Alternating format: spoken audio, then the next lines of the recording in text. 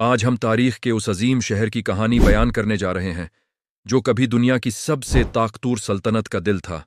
ایک ایسا شہر جس کا نام سنتے ہی عظمت، علم، طاقت اور تباہی سب ایک ساتھ ذہن میں آ جاتے ہیں۔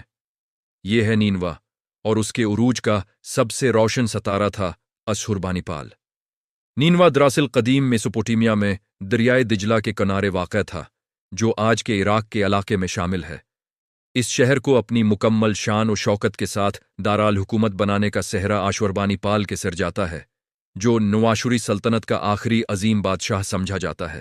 نینوا کی اصل بنیادیں بہت قدیم تھیں، لیکن اسے بے مثال طاقت اور خوبصورتی تک پہنچانے کا دور اشوربانیپال کا تھا۔ نواشری سلطنت، جسے ہم نیو اسیرین امپائر کے نام سے جانتے ہیں، اپنی فوجی طاقت، نظم و ضبط اور سخت حکمرانی کے لیے مشہور تھی۔ اس سلطنت نے مشرق وسطی کے وسیع علاقوں پر حکومت کی، جن میں مصر، شام، بابل اور اناطولیہ کے حصے شامل تھے۔ نینوا اس عظیم سلطنت کا سیاسی اور عسکری ہیڈ کوارٹر بن چکا تھا، جہاں سے احکامات جاری ہوتے اور پوری دنیا تک اس کا اثر محسوس کیا جاتا۔ شہر کے ڈیزائن اور تعمیرات کو دیکھیں تو نینوا صرف ایک دارالحکومت نہیں بلکہ طاقت کا مظہر تھا۔ شہر کے گرد مضبوط فصیلیں تعمیر کی گئی تھیں، جن کی لمبائی تقریباً 12 کلومیٹر سے زیادہ تھی۔ ان دیواروں میں درجنوں دروازے تھے، ہر دروازہ ایک الگ فن تعمیر کی مثال۔ فصیلیں اتنی چوڑی تھیں کہ ان پر رتھ بھی چلائے جا سکتے تھے۔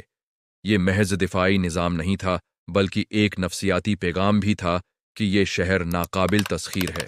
اشوربانیپال نے نینوا کو نہ صرف عسکری بلکہ ثقافتی مرکز بھی بنایا۔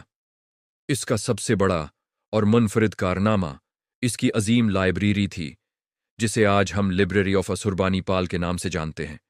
یہ قدیم دنیا کی سب سے مشہور اور منظم کتب خانوں میں سے ایک تھا۔ اس میں ہزاروں مٹی کی تختیاں محفوظ تھیں، جن پر میخی رسم الخط میں مختلف علوم درج تھے، جن میں تاریخ، طب، فلکیات، مذہبی رسومات اور داستانیں شامل تھیں۔ انہی تختیوں میں مشہور رزمیہ داستان گلگامش بھی محفوظ تھی۔ اس لائبریری کی سب سے بڑی خاص بات یہ تھی کہ اشوربانیپال خود بھی پڑھا لکھا بادشاہ تھا، جو اس دور میں ایک غیر معمولی بات تھی۔ وہ صرف جنگجو نہیں بلکہ علم دوست حکمران تھا، جو مختلف علاقوں سے نایاب تحریریں جمع کروا کر نینوا میں محفوظ کرواتا تھا۔ اگر ہم اس شہر کی پرفارمنس یا کارکردگی کی بات کریں تو نینوا ایک مکمل طور پر منظم انتظامی مشینری کی طرح کام کرتا تھا۔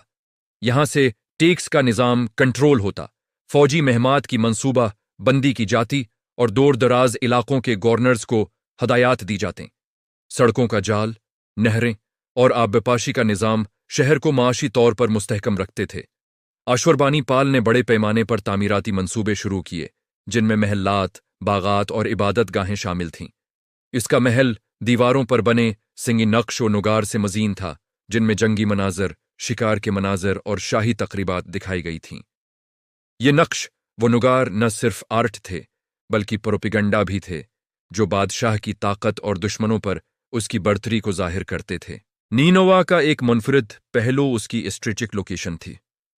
دریائے دجلہ کے قریب ہونے کی وجہ سے تجارت آسان تھی اور پانی کی فراہمی بھی یقینی تھی۔ شہر میں باغات اور سبزہ زار بنائے گئے، جو اس دور کے لحاظ سے ایک انجینئرنگ کا کمال تھے۔ بعض مورخین کا خیال ہے کہ قدیم دنیا کے مشہور لٹکتے باغات کا تعلق بھی اسی خطے سے ہو سکتا ہے، اگرچہ یہ موضوع اب بھی بحث طلب ہے۔ اشوربانیپال کی حکمرانی کے دوران سلطنت اپنی وسعت کی انتہا پر تھی، لیکن یہی وسعت اس کی کمزوری بھی بن گئی۔ وسیع علاقوں پر کنٹرول برقرار رکھنا آسان نہیں تھا۔ بابل میں بغاوتیں ہوئیں، مصر میں بغاوتیں ہوئیں اور اندرونی سیاسی کشمکش بھی بڑھتی گئی۔ اشوربانیپال نے سختی سے ان بغاوتوں کو کچلا، لیکن اس کے بعد سلطنت کا اندرونی ڈھانچہ کمزور ہوتا چلا گیا۔ اس کی وفات کے بعد اقتدار کی جنگیں شروع ہوئیں، جس سے مرکزی طاقت کمزور پڑ گئی۔ اسی کمزوری کا فائدہ اٹھاتے ہوئے بابل اور ماد کے اتحاد نے حملہ کیا۔ 612 قبل مسیح میں نینوا پر شدید حملہ ہوا۔ تاریخی روایات کے مطابق کئی مہینوں تک محاصرہ جاری رہا۔ بالآخر شہر کی عظیم فصیلیں بھی دشمن کے سامنے نہ ٹھہر سکیں۔ نینوا کو جلا دیا گیا، محلات تباہ کر دیے گئے اور سلطنت کا خاتمہ ہو گیا۔ یہ واقعہ قدیم دنیا کی سب سے بڑی سیاسی تبدیلیوں میں سے ایک تھا،